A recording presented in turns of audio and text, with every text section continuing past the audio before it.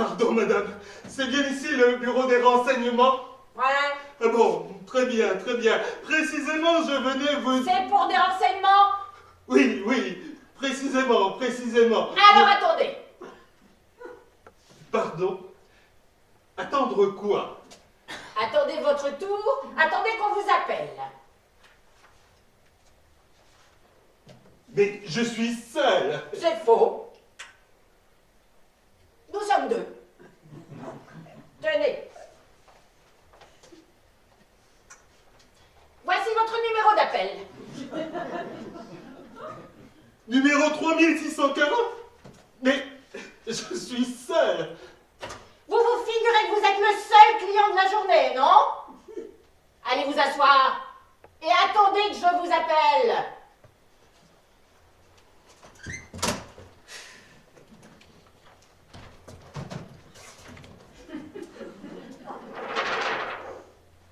Le temps sera maussade sur la majeure partie du pays. Des pluies diluviennes s'abattront sur la côte d'Azur. Neige en Alsace. Grêle en Bretagne. Le soleil brillera uniquement sur la ville de La Chapelle-Saint-Mémin. C'était le bulletin météorologique.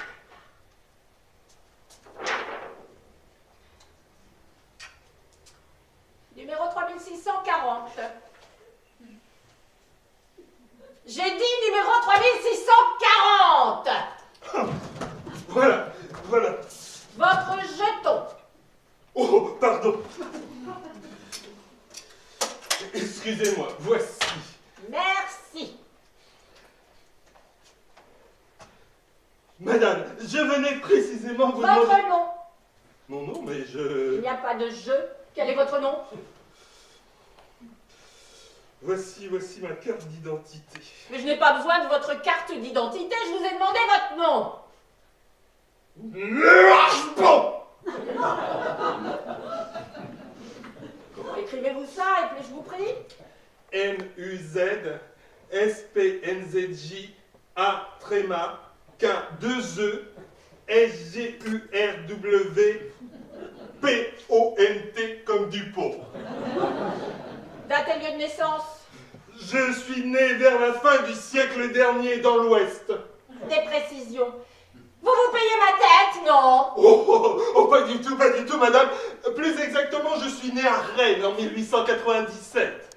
Bon, profession. Civil. Numéro matricule. Catégorie engine 1890 B4 CRTS 740 U4 BS 3 672 863. Vous êtes marié, vous avez des enfants? Pardon, madame, permettez-moi de m'excuser un peu, mais voilà que j'étais venu pour demander des renseignements et c'est vous qui m'en demandez. Vous me poserez des questions quand votre tour viendra. Je vous demande si vous êtes marié, si vous avez des enfants, oui ou non? Oui et non, c'est-à-dire... Comment? C'est-à-dire?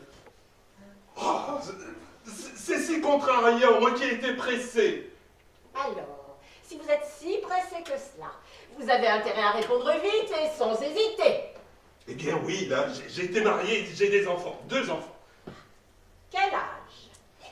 Je sais plus, moi, mais mettez 10 ans pour la fille et 8 ans pour mon garçon. Vous-même, quel âge avez-vous? Mais je vous ai donné ma date de naissance tout à l'heure. Ah, la date de naissance et l'âge, ce n'est pas la même chose. Les deux indications ne figurent pas au même endroit sur la fiche du client. Hein? Parce que vous faites une fiche pour tous ceux qui viennent ici vous demander des renseignements? Bien sûr. Comment nous y reconnaître sans cela? Je vous ai demandé votre âge. Allons. Alors attendez, voyons. 1952, moins 1897. 7 ôté de 12 reste 5. 89 ôté de 95 reste 16. 5 et 16. 21 ans? Non. 16 et 5, 165 ans? Non, ce n'est pas possible. Voyons, je recommence. Inutile. J'ai fait le calcul. Vous avez 55 ans exactement. Oui, c'est cela. Merci, madame. Que ne le disiez-vous plus tôt? C'est fou. Le temps que l'on peut perdre avec des clients inexpérimentés. Maintenant, tirez la langue.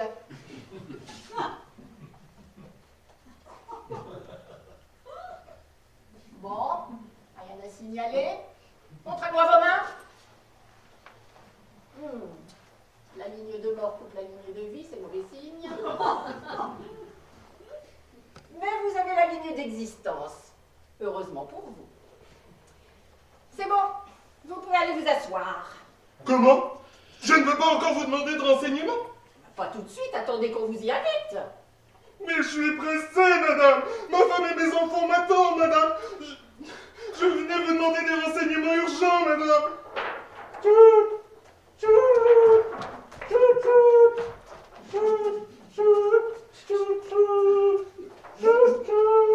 Vous voyez que nous sommes dans une gare ou que la gare n'est pas loin?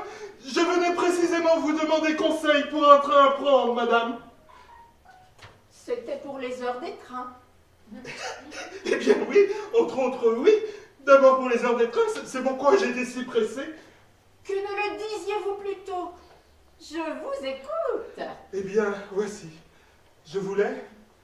Enfin, je désirais prendre le train pour Aix-en-Provence, afin d'y retrouver un vieux parent. Les trains pour Aix-en-Provence partent à 6h50, 9h30 première et seconde seulement, 13h billets de famille nombreuse, 14h célibataire, 18h et 21h toute classe, tout âge, tout sexe. Merci. Merci beaucoup, madame. Oui, je voulais rejoindre Aix-en-Provence un vieil oncle à moi qui est malade et dont la santé, voyez-vous, décline de jour en jour. En fait, je vous en prie. Bien sûr, excusez-moi, c'était pour arriver à ceci. Je voudrais... Enfin, je souhaiterais serrer encore une dernière fois dans mes bras mon vieux parent d'Aix-en-Provence. Mais voilà que j'hésite vraiment entre cette direction et la direction de Brest. Oui, j'ai à Brest une cousine également malade. Train pour Brest. Une Micheline à 7h, un train bleu à 9h, un train vert à 10h, un omnibus à 15h avec changement à Rennes. Train de nuit à 20h45, vous arrivez à Brest à 4h30. Merci. Merci beaucoup, madame.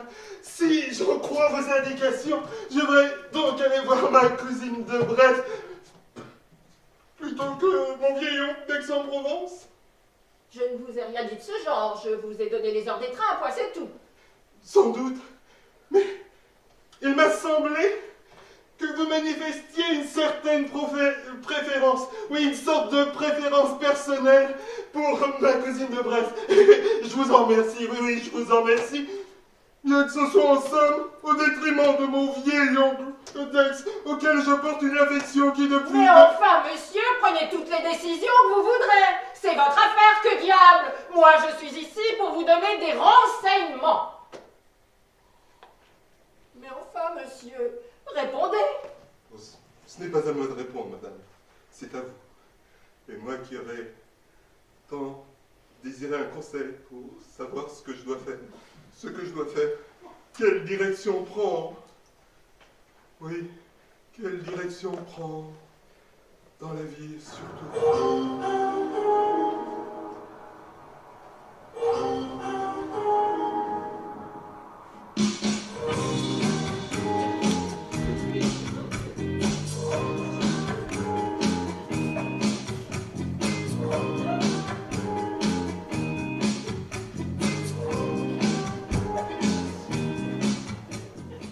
Attention, mesdames et messieurs, préparez-vous. Votre train va partir dans quelques instants. Votre train, votre voiture, votre cheval vont partir dans quelques instants. Mesdames et messieurs, préparez-vous. Oui, j'aurais tant aimé savoir quelle direction prendre dans la vie. Et surtout... Dépêchez-vous, je n'ai pas de temps à perdre. Que désirez-vous savoir? Je n'ose vous le dire. On ne fait pas de sentiments ici. Je croyais qu'au contraire, dans les gares, il y a tant d'allées-venues, tant de rencontres. C'est comme un immense lieu de rendez-vous. Vous avez donné rendez-vous à quelqu'un? Oui, non, c'est-à-dire... Une femme, naturellement. Oui, c'est cela, une femme. Comment avez-vous deviné? Mais à votre costume, voyons. Comment à mon costume? N'êtes-vous pas habillé en homme? Bien sûr. J'en conclus que vous êtes un homme, est-ce que? Non, certes. Eh bien, si vous êtes un homme, c'est une femme que vous cherchez, ça n'est pas plus difficile que ça. Quelle perspicacité! Et quelle simplicité dans ce raisonnement! Un homme, donc une femme. Mais Quelle sorte de femme cherchez-vous? Une femme du genre, femme de ma vie.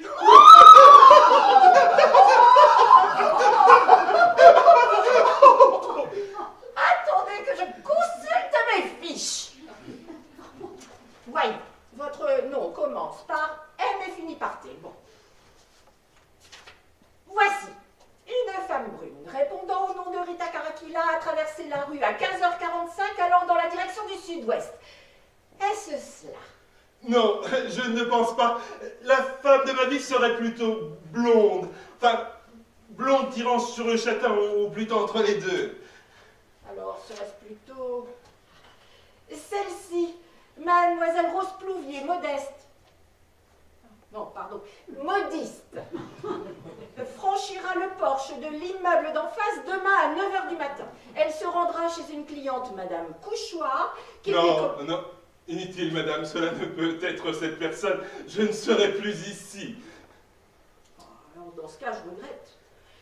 Nous n'avons personne entre aujourd'hui 15h45 et demain 9h qui réponde au signalement.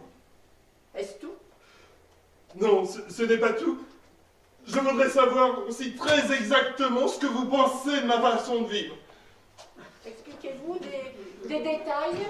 Eh bien, voici. Le matin, je me lève de bonne heure et j'absorbe un grand bol de café. Est-ce bon cela pour ma santé? Ajoutez-y une petite quantité de lait.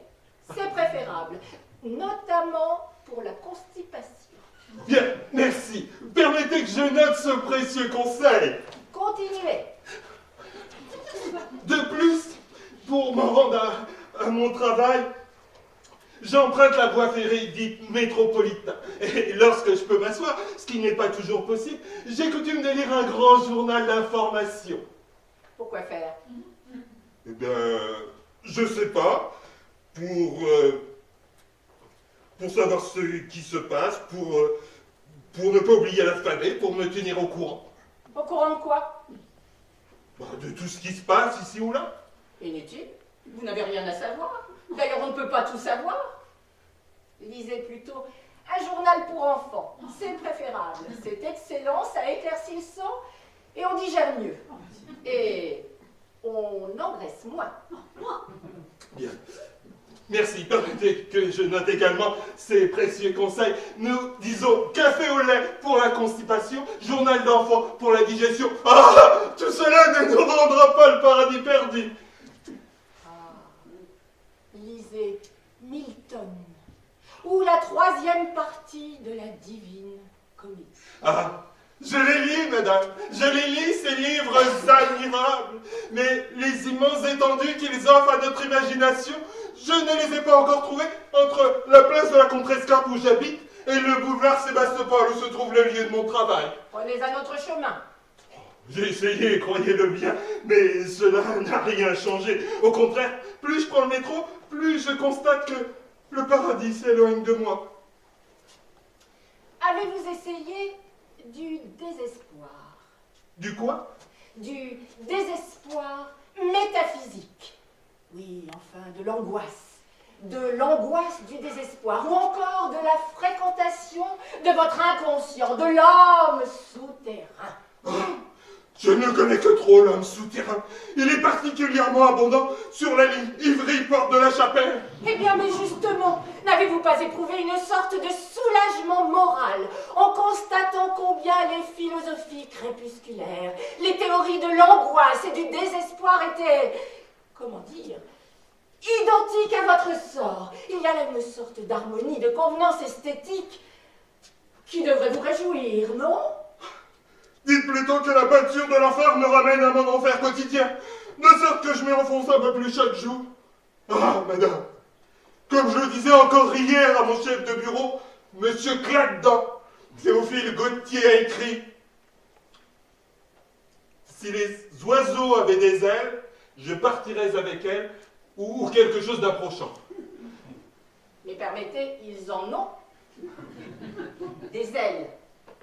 Les oiseaux. C'est vrai. Alors que faire? Consacrez-vous à une grande tâche. Devenez chef d'industrie, conquérant, homme d'État. Vous verrez, d'amélioration. J'ai déjà changé, mais le moyen, ça n'est pas si facile. Bon, avec un peu d'habitude. Tenez, regardez-moi. Ne suis-je pas arrivée à une haute situation? C'est vrai, mais je n'ai pas votre assurance, votre autorité. Non, voyez-vous, moi j'étais plutôt fait pour le rêve. Alors rêvez. Bien sûr, je rêve. Je rêve chaque fois que je le peux, surtout éveillé, bien entendu, que lorsque je dors, eh bien rien. Un trou noir. Je rêve donc le jour, dans la rue, au bureau. Cela m'aide à vivre. Malheureusement, mes rêves sont flous. Oui, ils manquent de netteté. Je voudrais leur donner un peu plus de corps, un peu plus de coloris. À votre place, au point où vous en êtes, je franchirai d'un bond le dernier fossé qui me sépare de la vie éternelle. Qu'appelez-vous la vie éternelle? J'appelle ainsi le fait de vivre en esprit, par et pour l'esprit, et de tenir pour néant les accidents de la vie, les contingences de la réalité. Vous me suivez? Ah! Je vous suis, madame! Avec quel enthousiasme je vous suivrai ainsi jusqu'au bout du monde! Je vous emmène plus loin que le bout du monde, là où les formes ne sont plus que des idées, où les êtres ne sont plus que des essences, où règne une immobile clarté, en équilibre entre un avenir déjà révolu et un passé qui devient. Quelle pluie d'étoiles! Il n'y a même plus d'étoiles. Quelle pluie d'absence d'étoiles! Quelle absence! Quelle absence! Où êtes-vous? Ici! Erreur! Vous n'êtes plus ici ou ailleurs, vous n'êtes nulle part. Cependant, je vous entends. J'entends votre absence de voix proférer un néant de paroles. Je ne suis plus. J'étais. Je ne souffre plus. J'ai souffert. Je ne vis plus. J'ai vécu. En esprit. Je suis esprit. J'ai les ailes de l'esprit. Je vole auprès de vous. Adieu, petite terre. Adieu. Adieu.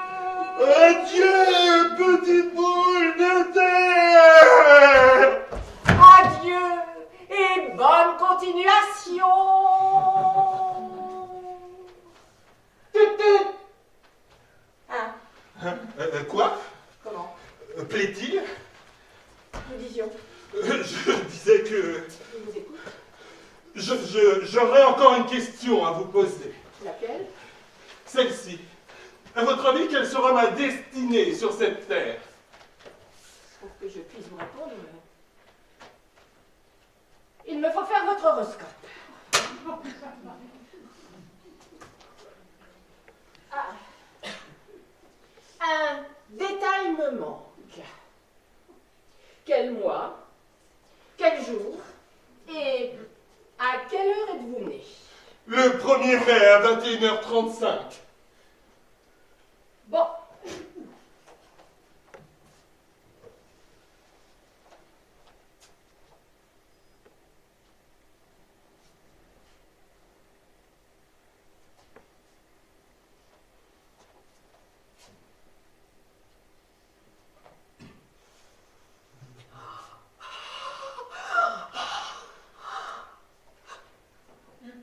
Je vois ce que c'est.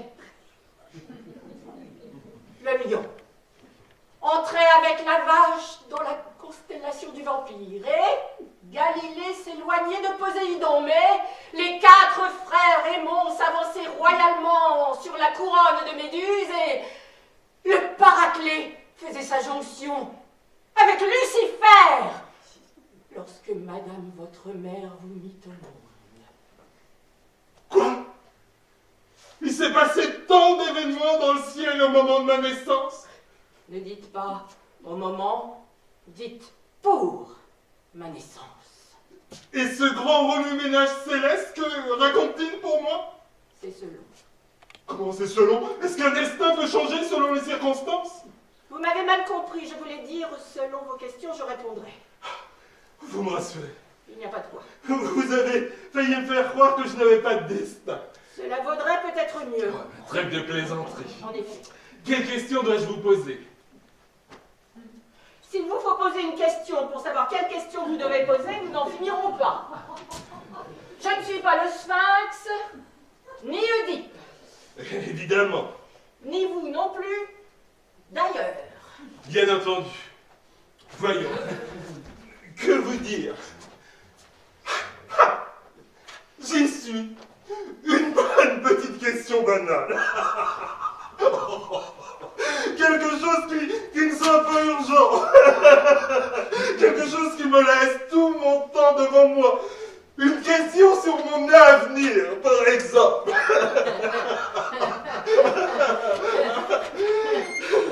Voici.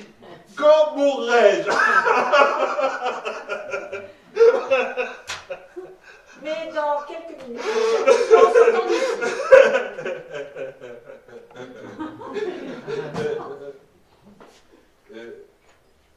Comment ça, en sortant d'ici? Pourquoi pas ici même? Ça serait plus difficile, il n'y a pas ce qu'il faut. On ne meurt pas ici. Ah! Il n'y a pas ce qu'il faut. Et votre poêle, là? Il ne peut pas prendre feu, non? Ou nous asphyxier? Et la maison, là? Elle ne peut pas tomber sur notre tête? Votre espèce de sale petite cape? Votre espèce de guillotine, là? Vous m'avez posé une question, j'ai répondu, le reste ne me concerne pas. Alors, je vais vous en poser une seconde. N'y a-t-il rien à faire pour éviter tout cela? Rien. Rien? Absolument rien? Du tout? Absolument rien. Bien. Je vous remercie, mais... Mais quoi? C'est-à-dire... Je pense que c'est tout, n'est-ce pas? J'aurais aimé savoir si... Enfin, comment je... Quand? Si, comment? Vous vous rendez compte, je suppose, que vos deux avant-dernières questions, ou plutôt mes deux dernières réponses, rendent à peu près inutiles toutes les autres questions et réponses, du moins en ce qui vous concerne. Mais c'est pourtant vrai. Si vous aviez commencé par là, vous nous auriez, à l'un et l'autre, épargné bien des soucis. Et quel temps perdu! Comme c'est vrai, madame. Oh, pardonnez-moi la curiosité, n'est-ce pas? C'est bon, mais n'y revenez plus. Hein? Hélas. Tous les renseignements que vous désiriez, je vous les ai donnés. Oh, c'est exact, madame. Je vous remercie, madame. Ne me remerciez pas, j'ai fait mon métier. Oh, ça c'est vrai, vous êtes une employée modèle. Je ne cherche qu'une chose, satisfaire la clientèle. Merci. Merci beaucoup, madame. Vraiment, du fond du cœur. Au fait, combien vous dois-je? Ne vous inquiétez pas de cela. Vos héritiers recevront la petite note. Alors? Merci beaucoup, madame. Au revoir. Merci, madame. Au revoir. Adieu, monsieur.